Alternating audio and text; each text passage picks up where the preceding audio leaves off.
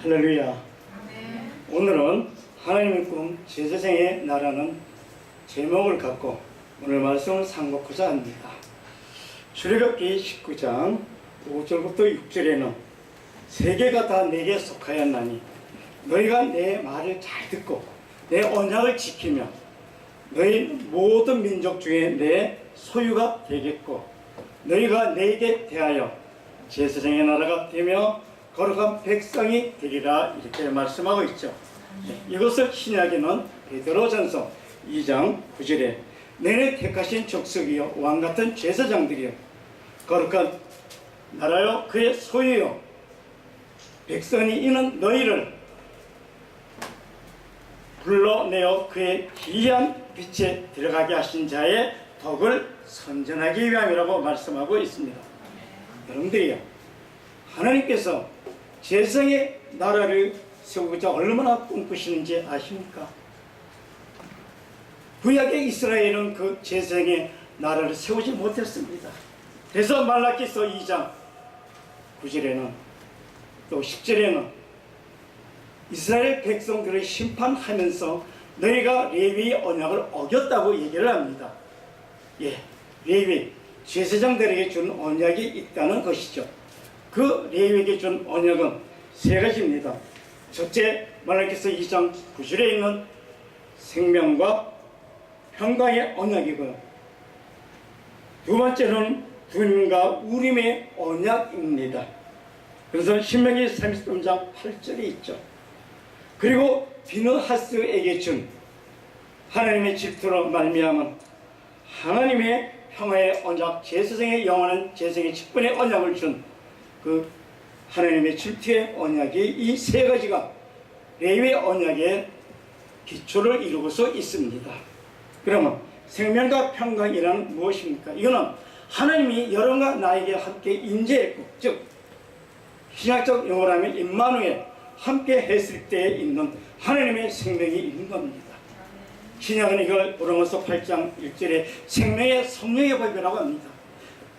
성령이 여러분과 나에게 함께하고 성령 하나님께서는 아들 예수 그리스도에게 있는 하나님의 생명을 여러분과 나에게 분배해주는 생명의 활동을 하는 것을 성령 하나님께서 우리에게 그 생명이 있으면 그 생명으로 말미암아 하나님께 순종하고 하나님께 그 지속되는 하나님께 순종하는 삶을 살 때 하나님의 나라가 형성되어지고 만들어지고 그 하나님의 통치 가운데 있을 때 여러분과 내게 안정된 심령으로 말미암아 진동치 아니하는 나의 심령이 만들어져서 어떠한 환란이 오더라도 어떠한 무함이 오더라도 진동치 아니하는 평안한 안정된 심령을 가지고서 하나님 앞에 서는 하나님의 보호와 하나님의 평강이 있는 것을, 하나님의 평화가 있는 것을 이 생명과 평강의 언약이라고 합니다.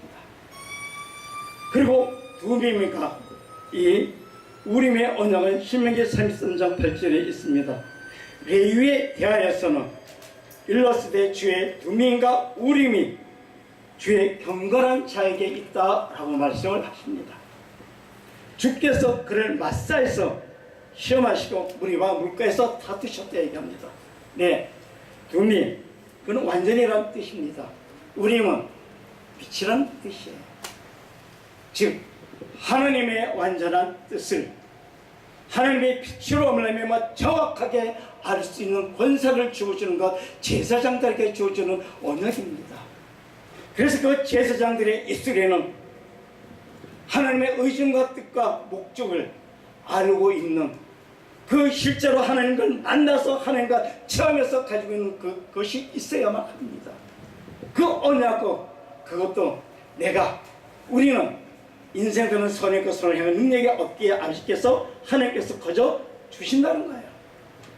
세 번째는 비느하스에게 준 이 언약입니다.